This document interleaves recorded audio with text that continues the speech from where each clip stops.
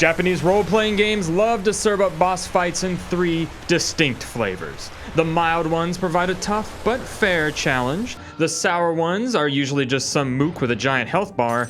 And then there are the divine bosses who transcend such feeble, man-made classifications to exist in a pantheon of horrors destined to break mere mortals like waves against stone. Only the few, the proud, can claim victory over these legendary encounters, so let's dive in. Dimmie Fiend. Widely regarded as one of, if not the, toughest boss fight across the JRPG multiverse, Dimmie Fiend demands strict adherence to a few narrow strategies to try and manipulate his AI into following certain patterns. And even then, this boss can still flip out and murder you without warning. Actually, Dimmie Fiend manipulates you into as much of a pattern as you try to do him. If you try to do something that violates this pattern, such as equipping certain passive abilities or taking just too long to finish the fight, he'll totally flip out and kill you. In fact, this boss has so many tools for completely healing himself and ending your party with a single attack, it's a wonder he even bothers fighting you at all. What? Her power is unbelievable!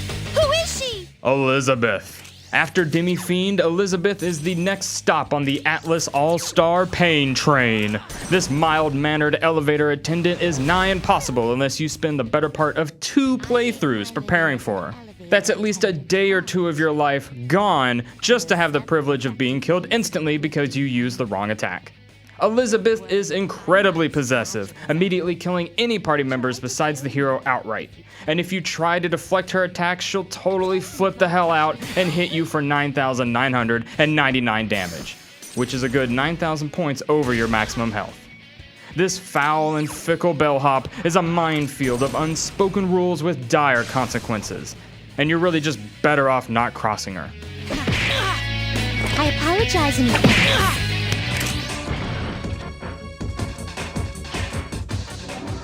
Gazza.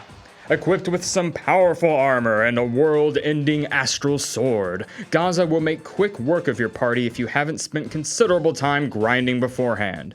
You face Gazza a couple of times in Legend of the Gaia's monster-filled Soul Tower, but it's his second encounter that's the worst. He loves to run up and combo your party members, dealing staggering amounts of damage in the process, and that's just his normal attack. From there, he's got a little something called the Neo Star Slash, an AoE spell that reduces the HP of your entire party to basically nothing. If you're out of healing items and MP at that point, well, it's game over.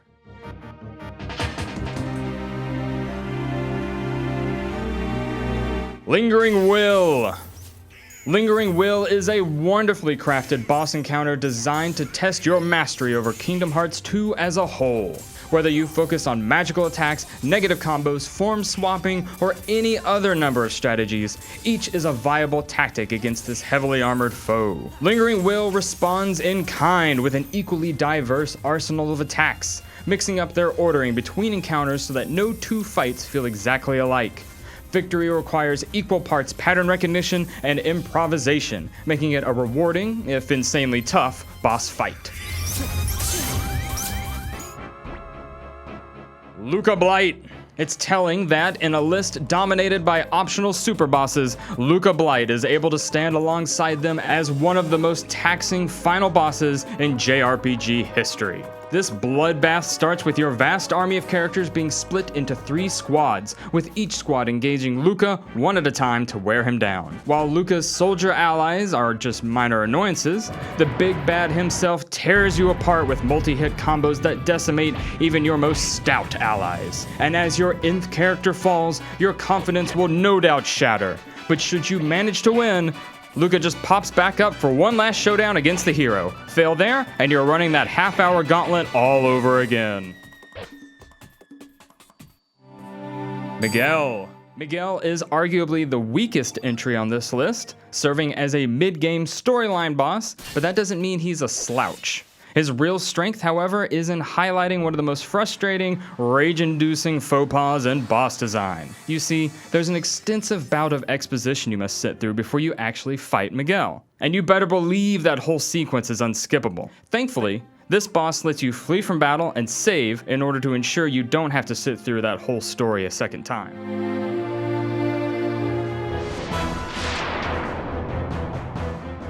Redrum. Redrum is nasty for 2 reasons. First, he hangs out in one of the most sadistic dungeons ever conceived, Norturn's D-Block sewers, where you're sure to be constantly lost and constantly poisoned. Second, as soon as the fight starts, Redrum uses an ability to confuse and poison your entire party, as if they weren't already, before wailing on you with life-stealing attacks. Try to bring him down quickly with burst damage combos, and Redrum will instantly kill one of your party members and heal himself equivalent to the victim's maximum HP. Sho Mimoto. This guy's a real SOB, teleporting around the battlefield before you can so much as get a couple of hits in. And he continually spawns a bunch of monsters while yelling the same line over and over again. No one would judge you for dropping the difficulty down to easy for this fight. But if you refuse, here's a handy tip. Try using pins that don't require you to swipe the DS screen. Turns out, unlike every other enemy in this game, doing so is what triggers Sho's teleport. Inverse Matrix!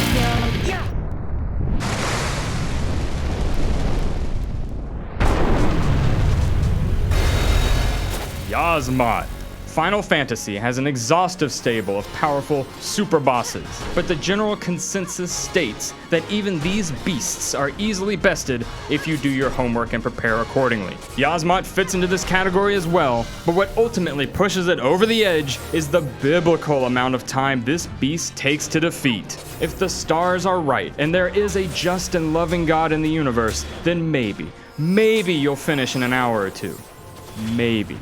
But more likely, your butt is going to fuse to the sofa as you clock in 4, 5, or even 6 hours chipping away at its 50 million bajillion hit points, to say nothing of the exhaustive prep work required beforehand. Alright folks, that's our list, and for more great Games Radar content, be sure to look up Games Radar Plus on YouTube and check out GamesRadar.com.